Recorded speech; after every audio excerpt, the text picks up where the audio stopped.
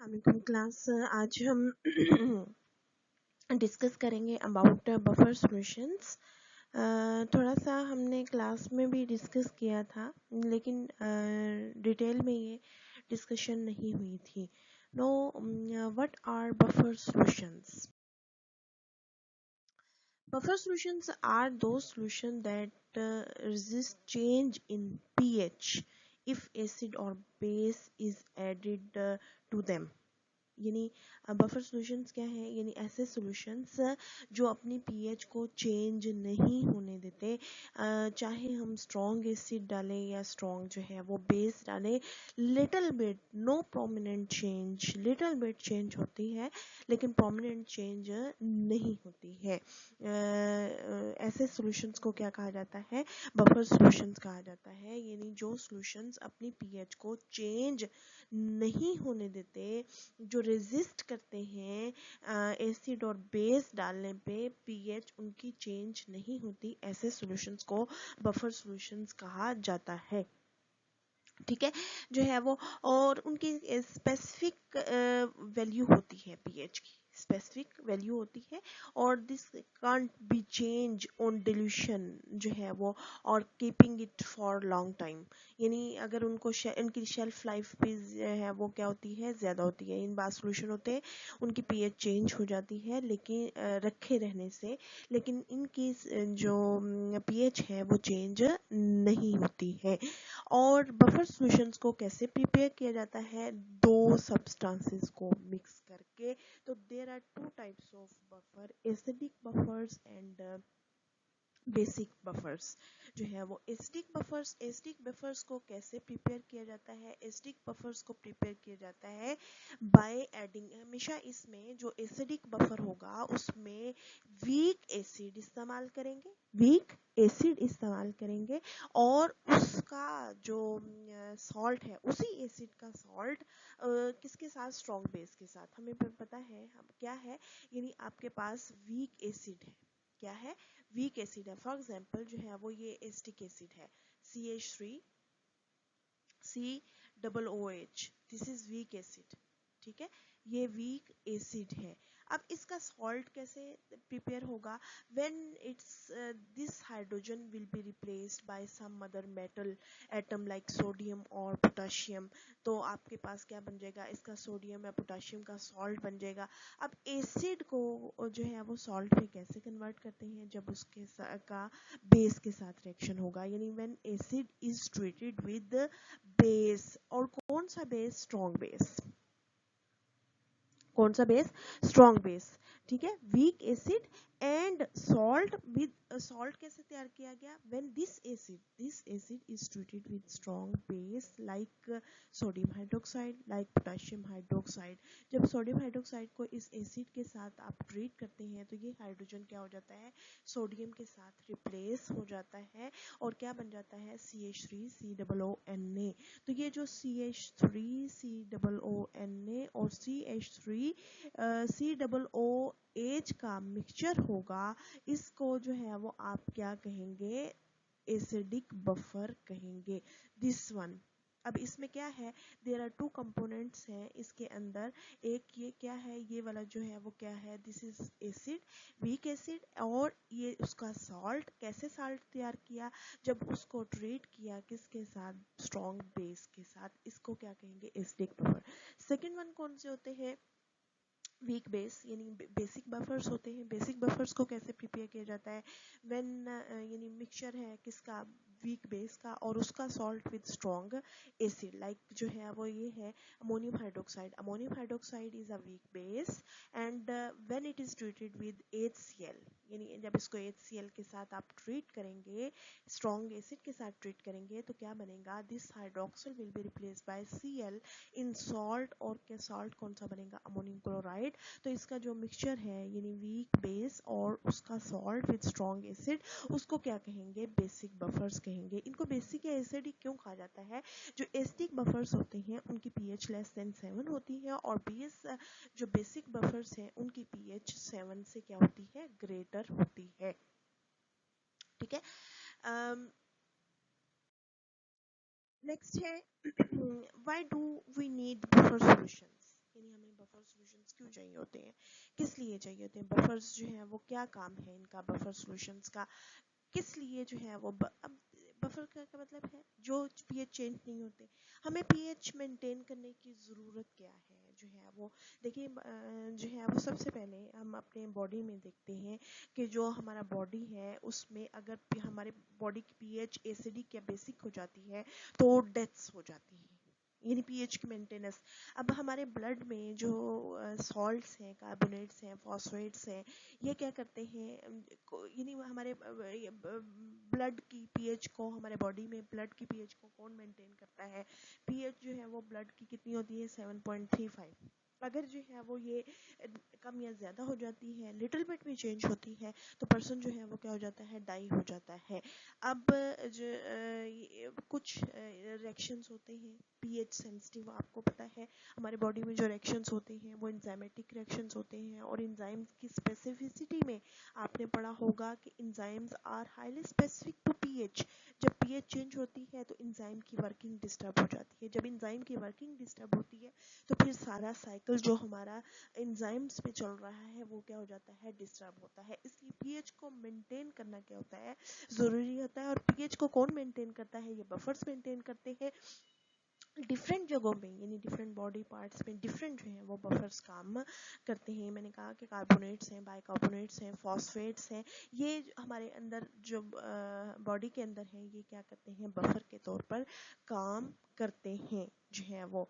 ठीक है, जब हम काम कर रहे होते हैं, लैब में भी काम कर रहे होते हैं, जो बायोलॉजिकल वर्क है, बैक्टीरिया वगैरह की ग्रोथ करवा रहे होते हैं, तो वहाँ पे भी जो है वो कल्चर ग्रो करवा रहे होते हैं, तो वहाँ पे भी जो है वो पीएच को मेंटेन करना जो है वो ज़रूरी होता है। यानी बफर जो है वो इम्पोर्टेंट है in many fields of chemistry जो है वो, या molecular biology, microbiology, cell biology, soil sciences, nutrition and the clinical analysis में जो है वो ज़रूरी है। नेक्स्ट है हाउ डू बफर्स एक्ट, यानी बफर्स कैसे जो है वो रेजिस्ट करते हैं, क्यों नहीं चेंज होने देते पीएच जो है वो। अब हमने पढ़ा कि एसिडिक बफर, एसिडिक बफर कौन सा था, ये एसिडिक एसिड और उसका सॉल्ट सोडियम एसीटेट, ये सोडियम एसीटेट है और ये एसिडिक एसिड है, इसका जो मिक्सचर है वो क्या कहलाता है, एसिडिक बफर कहलाता है। ठीक है, आपको पता है ये जो वीक एसिड है वो क्या है, वीक इलेक्ट्रोलाइट है, और जो उसका सॉल्ट है वो चूंकि स्ट्रॉन्ग बेस के साथ था, ये क्या है, स्ट्रॉन्ग इलेक्ट्रोलाइट है। अब जब हम इसकी आयोनाइजेशन देखते हैं, जब इसकी आयोनाइजेशन होगी, यानी एसिटिक एसिड है वाटर में आयोनाइज होता है तो क्या बनेगा, एसीटेट आयन और हाइड्रोनियम आयन। इसी तरह जो सॉल्ट है वो क्या बनाएगा, एसीटेट आयन और सोडियम आयन्स जो है वो। अब क्या होता है जो है वो अगर हम जो है वो यहाँ पे देखें कि एसीटेट की कंसंट्रेशन, ये this is weak electrolyte and this is strong electrolyte. और कॉमन आयन इफेक्ट आपने पढ़ा हुआ है, कॉमन आयन इफेक्ट क्या था, suppression of weak electrolyte by addition of common ions. Common ion, ये कॉमन आयंस आपने ऐड किए हैं, ये कॉमन आयंस यहाँ से ऐड हो रहे हैं जो है वो, this is strong electrolyte. Common ions की वजह से उसकी आयंस की कंसंट्रेशन ज़्यादा हो जाती है, और जब आयंस की कंसंट्रेशन ज़्यादा हो यानी प्रोडक्ट वाली साइड ज़्यादा होगी तो क्या होगा, ये चूंकि वीक इलेक्ट्रोलाइट है तो क्या होगा, इसकी जो डिसोसिएशन है वो कम हो जाएगी, मीन टू से ये और ये आपस में रिएक्ट करेंगे और दोबारा से जो है वो एसिटिक एसिड क्या हो जाएगा, प्रोड्यूस हो जाएगा। ठीक है, जो है वो जिसकी वजह से जो पीएच ऑफ सॉल्यूशन, जो पीएच है वो क्या होगी, चेंज नहीं जो है वो होगी।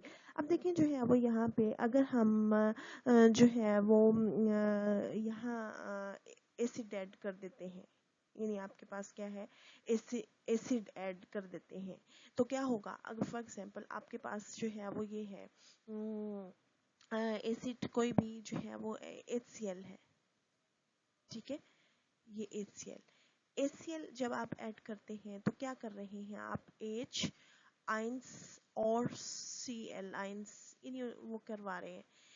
ये एक्चुअली H आइंस जो है वो क्या है, दिस इज हाइड्रोनियम आयन के इक्वल है, ठीक है। HCl की अगर वाटर में जो है वो आप आयोनाइजेशन करवाएं तो क्या बनेगा, जो है वो Cl आयन और हाइड्रोनियम आयन बनेगा।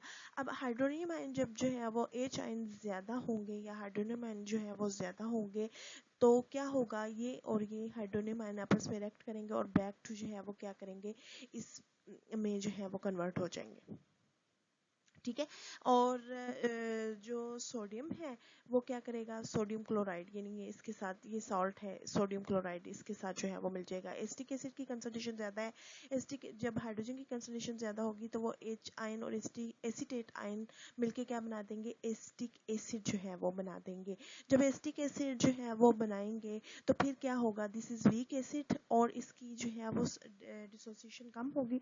जब इसकी डिसोसिएशन कम होगी H आयन जो है वो लेस प्रोड्यूस होंगे और H आयन लेस प्रोड्यूस होने की वजह से चेंज नहीं होता है। यानी जब आप H आयन ज्यादा करते हैं, एक्चुअली जब आप H आयन ज्यादा करेंगे तो आप क्या कर रहे हैं, you are increasing the chances of production of acetic acid. ठीक है। एसिटेट और H आयंस आपस में मिलके क्या बनाएंगे, एसिटिक एसिड बनाएंगे और एसिटिक एसिड क्या है, वीक इलेक्ट्रोलाइट है, उसकी आयोनाइजेशन कम होगी जिसकी वजह से पीएच जो है वो लिटिल बिट चेंज होगी। इसी तरह जब आप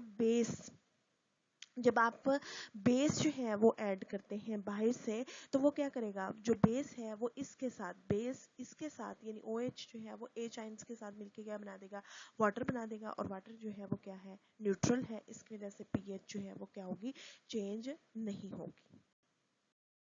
हाँ जी, हम पीएच कैसे कैलकुलेट करते हैं, नेक्स्ट आपके पास ये है कि पीएच बफर सॉल्यूशन की कैसे कैलकुलेट करते हैं। सपोज आपके पास एसिडिक बफर है। एसिडिक बफर क्या होता है, जिसमें वीक एसिड और weak acid, mixture of weak acid plus it's salt जो है वो। अब जनरल रिप्रेजेंटेशन आप कर रहे हैं उस वीक एसिड की by H A. H represent कर रहा है प्रोटॉन यानी एच हाइड्रोजन आयन को, प्रोटॉन को, एंड ए जो है वो रिप्रेजेंट कर रहा है एनाइन को। ठीक है। इसी तरह सॉल्ट में जो मेटल कंपोनेंट वो सोडियम है, सोडियम सॉल्ट ऑफ एसिड। ठीक है, सोडियम सॉल्ट ऑफ एसिड। अब जो है वो एसिड का जो ये ए है वो एनाइन को रिप्रेजेंट कर रहा है। ठीक है।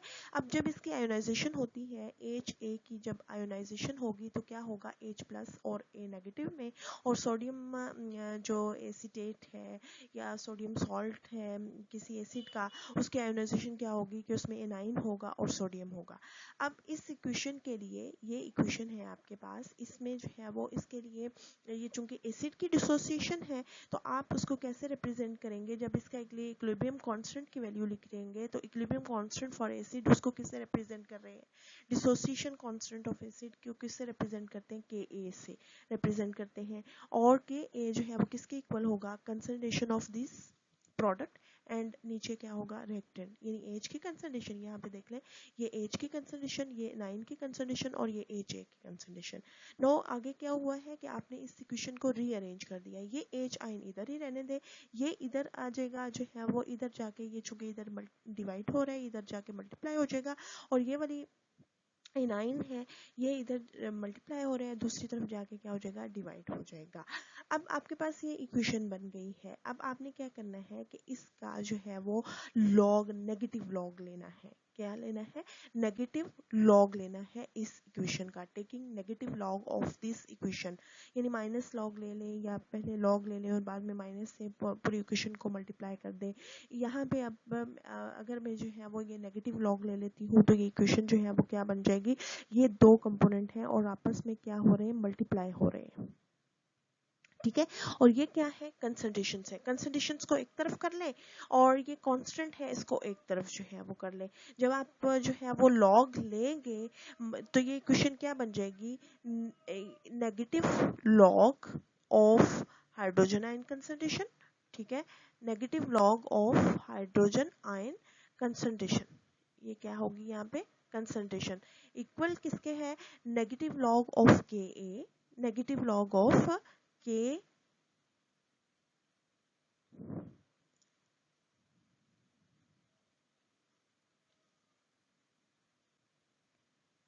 ठीक है, नेगेटिव, आगे नेगेटिव लॉग ले रहे हैं ना, तो negative log of this one, दोनों कंसंट्रेशन HA, कंसंट्रेशन को एक तरफ कर लिया ना, concentration of HA and concentration of A negative. मैं इनको एक ही ब्रैकेट में लिख रही हूँ, इसका मतलब है कंसंट्रेशन है।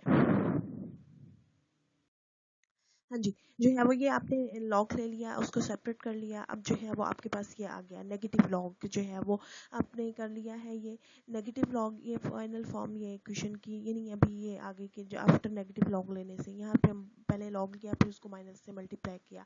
आप डायरेक्ट नेगेटिव लॉग भी ले सकते हैं। Minus log H plus is equal to minus log K A minus log H A over A negative. अब जो है वो ये क्या है, this negative log of this जो फैक्टर है वो किसके इक्वल है, पीएच के इक्वल है।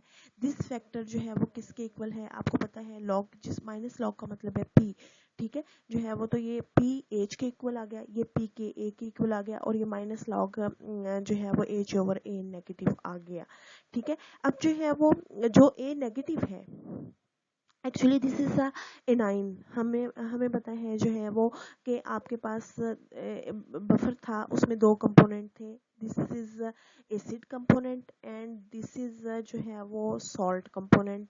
हमें पता है जो एसिड है वो क्या है, वीक है, और ये क्या है, स्ट्रॉन्ग इलेक्ट्रोलाइट है। अब इससे क्या प्रोड्यूस हो रहा है, इसकी जो स्ट्रॉन्ग इलेक्ट्रोलाइट है, इस स्ट्रॉन्ग इलेक्ट्रोलाइट का मतलब है इससे आयन ज्यादा प्रोड्यूस होंगे, और ए नेगेटिव जो है वो ए नेगेटिव, चूंकि ये वीक इलेक्ट्रोलाइट है, इससे भी ए नेगेटिव प्रोड्यूस होगा लेकिन कम प्रोड्यूस होगा। जो मेजर कंसंट्रेशन है वो ए नेगेटिव की किससे आ रही है, सॉल्ट से आ रही है। तो इसका मतलब है जितना सॉल्ट होगा उतना ही क्या होगा, ए नेगेटिव की, क्योंकि इससे क्या आ रही है, कम आ रही है। तो जो ए नेगेटिव है वो किसके इक्वल होगा, सॉल्ट के कंसंट्रेशन के इक्वल होगा। तो मैं यहाँ पे लिख सकती हूँ ए नेगेटिव की जगह पे जो है वो क्या लिखती हूँ, सॉल्ट, और ये ऊपर वाला कंपोनेंट क्या है, एसिड, ठीक है। तो मैं इस क्वेश्चन को ऐसे लिख सकती हूँ, p H is equal to P K A minus log, ऊपर वाला कंपोनेंट एसिड और नीचे वाला साल्ट। साल्ट क्यों लिखा, इसलिए कि ए नेगेटिव की कंसंट्रेशन ज्यादा किससे आ रही है, सॉल्ट से आ रही है, ठीक है। अब आपने जो है वो क्या किए, इसको अगर आप जो है वो प्लस साइन में ले आए, यानी p H is equal to p plus, plus कब हो जाएगा, जब ये इक्वेशन इन्वर्ट हो जाएगी। जब ये इक्वेशन इन्वर्ट होगी, यानी ये वाली चीज इन्वर्ट होगी, तो फिर यहाँ पे क्या आ जाएगा, प्लस आ जाएगा, यानी negative log salt over acid. This equation is known as Henderson equation and this equation is used to calculate the pH of the buffer solution. अब जो है वो देखें कि हमने पढ़ा कि जो हेंडरसन इक्वेशन है वो पीएच कैलकुलेट करने के लिए इस्तेमाल होती है। सपोज आपके पास एसिडिक बफर है और एसीटेट, एसिटिक एसिड और सोडियम एसीटेट का मिक्सचर है। अब आप जो है वो इसकी जो पीएच है वो फाइंड आउट करना चाह रहे हैं। अब पीएच जो है वो सपोज उन दोनों की कंसंट्रेशन क्या है, 1 है, ठीक है, यानी इनकी कंसंट्रेशन सॉल्ट की और एसिड की। तो कैसे फाइंड आउट करेंगे कि p H is equal to P K, p K fix होती है, ठीक है, वो कितनी है 4.74, ठीक है, और लॉग ये 1 कंसंट्रेशन है तो लॉग 1 0, पी के किसके इक्वल, पी एच किसके इक्वल होगी, पी के, जब दोनों की कंसंट्रेशन क्या होगी, एक जैसी होगी, यानी जब दोनों सॉल्ट और एसिड की कंसंट्रेशन इक्वल होंगी तो पी एच किसके इक्वल होगी, पी के ए के जो है वो इक्वल होगी। इसी तरह फॉर्मिक एसिड है और उसका सॉल्ट है सोडियम फॉर्मेट, उसमें भी जो पीएच है पीके के इक्वल कम होगी जब इन दोनों की, सॉल्ट की और एसिड की कंसंट्रेशन क्या होगी, इक्वल होगी। नेक्स्ट है, अगर फॉर एग्जांपल सॉल्ट और एसिड की कंसंट्रेशन चेंज होती है तो फिर पीएच जो है वो, फॉर एग्जांपल आपके पास जो एसिटिक एसिड है उसकी कंसंट्रेशन कितनी है, 0.1 मोल है, और जो सॉल्ट है उसकी कंसंट्रेशन कितनी है, 1 मोल है। तो आप इक्वेशन में पुट करें, P H is equal to P K plus log salt over acid, P K fix है 4.74, सॉल्ट की कंसंट्रेशन कितनी है 1 और इसकी कितनी है 0.1, ठीक है, ये ऊपर ये 0.1 है 1 है और ये ऊपर जाके क्या हो जाएगा 10, यानी इसका डेसिमल अगर खत्म करेंगे तो ये क्या हो जाएगा 10 जो है वो लॉग 10 की वैल्यू क्या होगी 1, तो 4.74 प्लस 1 इज इक्वल टू 5.74, यानी इस तरह से अगर आपके पास जो है वो कंसंट्रेशन चेंज कर देंगे तो पीएच जो है वो क्या हो जाएगी, चेंज हो जाएगी। इसी तरह अगर आप एसिटिक एसिड की 1 कर दें और एसीटेट की 0.1 कर दें तो उसकी जो है वो 0.1 ऊपर हो जाएगा, 1 जो है वो नीचे आ जाएगा, तो 0.1/10 हो जाएगा, 10 माइनस 1 हो जाएगा, ये 1/10 हो गया, पॉइंट खत्म किया, ठीक है, पॉइंट का 1 लगा और 1 का 0 लगा, 1/10 हो गया। 1/10 को मैं इस तरह से लिख सकती हूँ 10 की पावर -1। ठीक है, जो है वो जब इसका लॉग लेंगे तो क्या होगा, -1 पहले चला जाएगा और log 10 आ जाएगा। log 10 क्या है, 1 के इक्वल है। ठीक है, 1 उससे -1 से मल्टीप्लाई होगा तो -1 ही आ जाएगा। तो 4.74 -1 3.74, यानी इस इक्वेशन के जरिए इस तरह से पीएच आप फाइंड आउट कर सकते हैं। नेक्स्ट है बफर कैपेसिटी। बफर कैपेसिटी कितना चेंज, कितना रेजिस्ट करता है बफर, जो है वो यानी ये एबिलिटी है, कैपेबिलिटी है किसकी, बफर की, कि कितना जो है वो रेजिस्ट करता है पीएच चेंज में, कितनी पीएच चेंज नहीं होने देता। यानी बफर कैपेसिटी क्या है, capability, ability of the buffer solution to resist the change in pH जो है वो। ठीक है, यानी आप कितना एसिड और बेस डालते जाएं तो उसकी पीएच जो है वो चेंज नहीं होती है। बफर कैपेसिटी जो है वो कैसे फाइंड आउट करते हैं, by determining the sizes of actual molarities of component, यानी जो कंसंट्रेशंस हैं उनको मद्देनजर रखते हुए आप बफर कैपेसिटी को जो है वो फाइंड आउट करते हैं। सपोज आपके पास बफर है, एसिडिक बफर है, उसमें यही जो है वो एसीटेट वाला है, इसमें जो बफर है उसमें जो सॉल्ट है वो कितना है, 0.11 मोलर है। ठीक है, और जो एसिड है उसकी कंसंट्रेशन कितनी है, 0.09 है। ठीक है, अब जो इसकी पीएच हमने निकाली अकॉर्डिंग टू हेंडरसन इक्वेशन वो कितनी आती है, 4.83, इन ये कंसंट्रेशंस रख के। अब जो है वो सपोज आपके पास 0.01 मोल सोडियम हाइड्रोक्साइड है। सोडियम हाइड्रोक्साइड क्या है, स्ट्रॉन्ग बेस है, स्ट्रॉन्ग बेस ऐड करते हैं। एक्चुअली यू आर इंक्रीजिंग जो है वो NaOH, OH कितना प्रोवाइड कर रहे हैं और सोडियम कितना प्रोवाइड कर रहे हैं, 0.01। 0.01 सोडियम हाइड्रोक्साइड से, सोडियम हाइड्रोक्साइड क्या है, स्ट्रॉन्ग इलेक्ट्रोलाइट है। क्या है, स्ट्रॉन्ग इलेक्ट्रोलाइट है। इसकी कंसंट्रेशन आपने कितनी रखी है, 0.01 रखी है। इसका मतलब यह स्ट्रॉन्ग इलेक्ट्रोलाइट से होने से मुराद, स्ट्रॉन्ग बेस से या स्ट्रॉन्ग इलेक्ट्रोलाइट होने से मुराद ये है जितनी इसके कंसंट्रेशन है उतने ही इसके आयंस की, यानी सोडियम, ये क्या प्रोड्यूस करेगा, सोडियम आयंस प्रोड्यूस करेगा और हाइड्रोक्सिल आयंस प्रोड्यूस करेगा। ठीक है, हाइड्रोक्सिल आयंस की कितनी कंसंट्रेशन होगी, जितनी इसकी है, सारा आयनाइज हो गया ना, 0.01 हाइड्रोक्सिल आयन प्रोड्यूस होंगे, 0.01 ही जो है वो क्या होंगे, सोडियम आयंस प्रोड्यूस होंगे। यानी आप उस सोल्यूशन में 0.01 सोडियम ऐड कर दिया है और 0.01 हाइड्रोक्सिल ऐड कर दिया है। अब वो जो हाइड्रोक्सिल है वो क्या करेंगे, हाइड्रोक्सिल ने क्या करना है, H आयंस के साथ जो है वो रिएक्ट करना है, H आयंस के साथ जो है वो रिएक्ट करना है। अब जब H आयंस के साथ जो है वो रिएक्ट करेंगे OH, तो जो है वो क्या होगा, यानी आपके पास जो 0.09 मोल्स ऑफ एसिटिक एसिड है उसने क्या करना है, 0.01 मोल OH के साथ क्या करेगा, रिएक्ट करेगा। रिएक्ट कर गया, H और OH रिएक्ट करेंगे ना, तो जो है वो H कहाँ से आ रहा है, एसिटिक एसिड से आ रहा है, और OH कहाँ से आ रहा है, सोडियम हाइड्रोक्साइड से। अब जब वो रिएक्ट करेंगे तो क्या बनाएंगे, वाटर जो है वो बनाएंगे, क्या बनाएंगे, वाटर बनाएंगे। और साथ में जो है वो क्या होगा, यानी आपके पास एसिटिक एसिड की कंसंट्रेशन जो है वो क्या हो जाएगी, डिक्रीज हो जाएगी, जो है वो 0.08, क्योंकि वो इरेक्ट कर गया उससे। ठीक है, 0.08 मोल्स जो है वो एसिटिक एसिड के रह जाएंगे, और जो है वो, और जो एसिटेट, सोडियम एसिटेट है वो इंक्रीज कर जाएगा, क्योंकि इससे क्या प्रोड्यूस होगा, जब सोडियम हाइड्रोक्साइड इससे रिएक्ट करेगा, OH आयन H के साथ रिएक्ट करेंगे, H 0.01 कंज्यूम हो गए, 0.01 ये कंज्यूम हुआ, उसमें जो एसीटेट है वो सोडियम के साथ रिएक्ट करेगा और क्या बनेगा, सोडियम एसीटेट। सोडियम एसीटेट की कंसंट्रेशन क्या हो जाएगी, इंक्रीज हो जाएगी।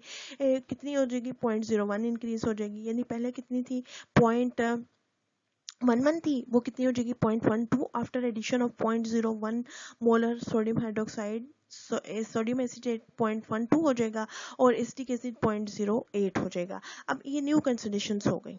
ठीक है। अब न्यू कंसंट्रेशंस के साथ जो है वो रख के, यानी अब साल्ट 0.12 हो गया और एसिड 0.08 हो गया, तो अब इसकी कंसंट्रेशन जो पीएच है वो कितनी हो जाएगी 4.92। पहले कितनी थी 4.83। लिटिल बिट चेंज जो है वो, यानी very small change in pH from 4.82 to 4. ये नहीं, मैंने स्टार्ट में भी यही कहा था कि ये नहीं कि पीएच चेंज नहीं, little bit change, no prominent change जो है वो, ठीक है।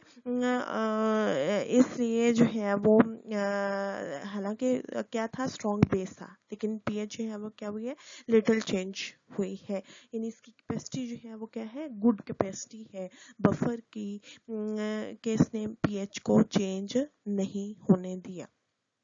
ये था हमारा बफर सॉल्यूशन वाला टॉपिक। इसमें जो है वो ये मेरे ख्याल में ये लास्ट टॉपिक है। नेक्स्ट जो है वो आपके सिलेबस में नहीं है, ठीक है।